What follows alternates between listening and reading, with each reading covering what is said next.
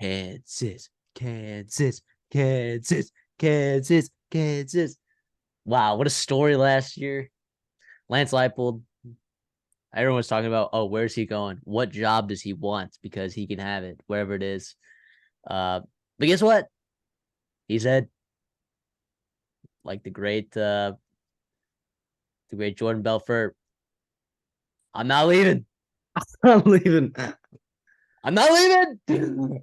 So what a dog that guy is. I love this offense. Uh, I really Love might even be an understatement, man. Oh my gosh. It was a top 10 Sorry. offense last year, and guess what? They had everyone back except, of course, you guys can see on the screen Earl Bostic, who's their left tackle, who's on the practice squad, I think, for the Cowboys right now, or he will be. But I mean, I don't know. Maybe he makes a roster spot. But yeah, what's up is their defense. It was a huge split right between their offense and defense. It was a bottom 20 defense last year. Um,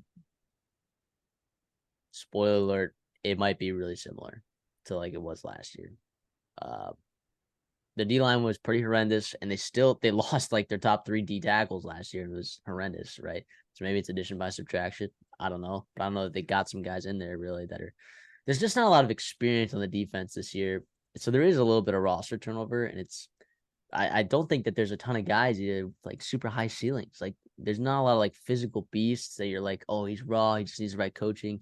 It feels like a lot of these guys have hit their ceiling, which kind of makes the volatility of this team crazy though, because their offense is so crazy. They could just win any game. They could win any of these games that's on their schedule, but they could also lose almost any of these games, right? Yeah. So 6. When was the last time their over under was at 6?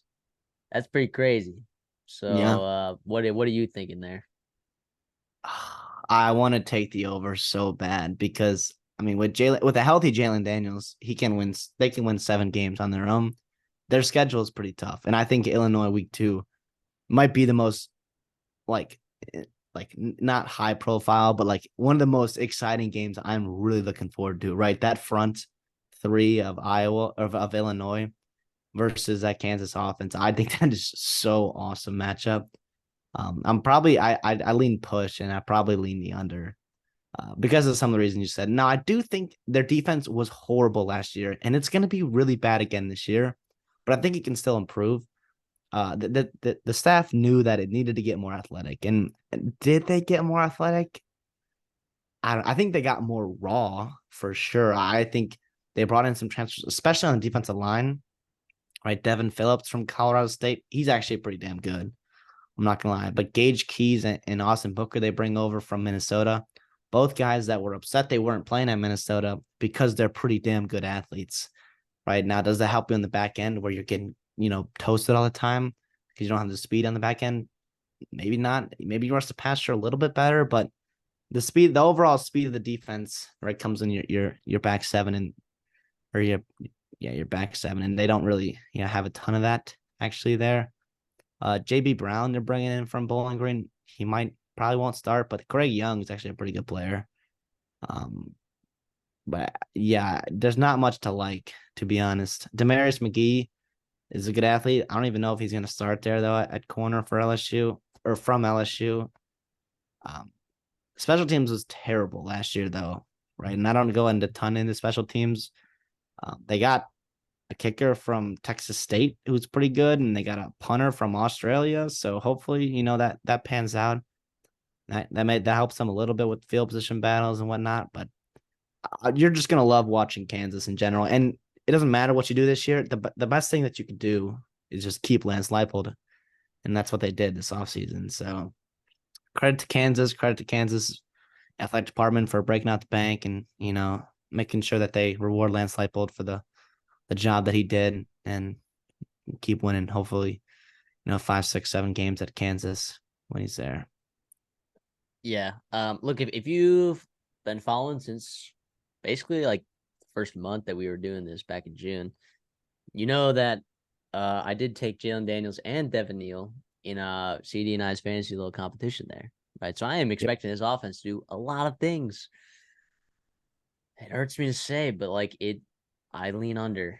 I do. I really do. And I was actually pretty close to just straight up taking it, but I think the volatility of this team is what takes me away from actually being able to bet anything on this team, right?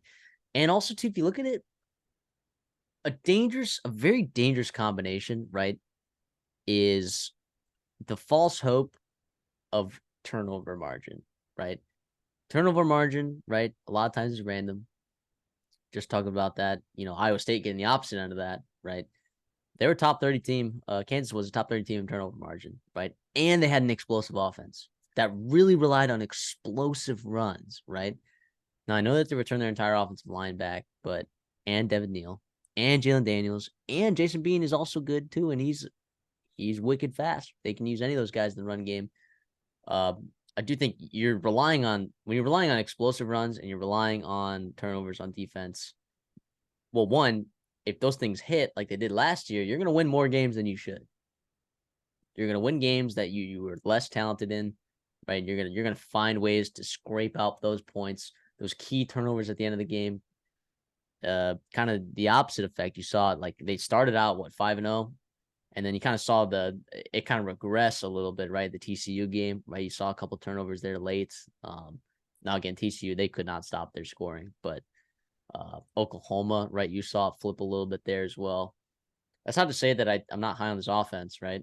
I really like it, but the schedule, Illinois, that's a really tough game, especially with that defensive line.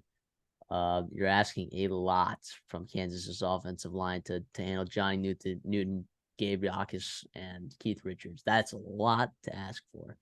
And a lot of some of their key games are on the road, like winnable games, like their ISU, that's on the road, winnable game. Cincinnati, that's a winnable game, that's on the road, right? Oklahoma State, that's a winnable game, that's on the road, right? So that's tough. I think that's tough. I am excited to watch this team, though. So, Kansas fans, I'm sorry if it sounds like I'm pooping on your team. I am not pooping on your team. I am excited to watch this team, and I can't wait for them to win over 6 games because I didn't bet it. I can't wait for it. As long as they don't beat Illinois, right? I do have stuff on that. And maybe 2 other teams on this list that I have yet to make plays for yet. But other than that, you guys can go 9-3 for all I care. That would be awesome. College football is great when there's a Kansas story going on, right? We all know that. I do agree. I think the reason why I'm hesitant on this Kansas team in general, I think last year the Big 12, I guess you could call it, was down, right, in terms of like high-end talent. So Kansas could compete with their inferior roster. They could still compete with some of those conference games. But this year, I think the whole conference gets better, right? With at least the average, everything kind of goes up. So it'll be tough for them. And like you said, like at Cincinnati, right, should be a winnable game, but it's on the road, right? Iowa State should be a winnable game, that's on the road. Oklahoma State, a game you'd like to win, that's on the road. So yeah, it's a tough break for Kansas. But you got Lance Leipold, you got Jalen Daniels. You're gonna be a fun story. There's so much to look forward to as a Kansas fan. You should be very, very happy. And in an NIL world with you got a pretty damn good NIL thing. Lance Leipold can start leveraging that. Yep, you're recruiting at a higher level, right? Like one of these days, maybe the boosters will finally say, "Oh, you know what? Let's build ourselves a better football stadium," right? Yeah.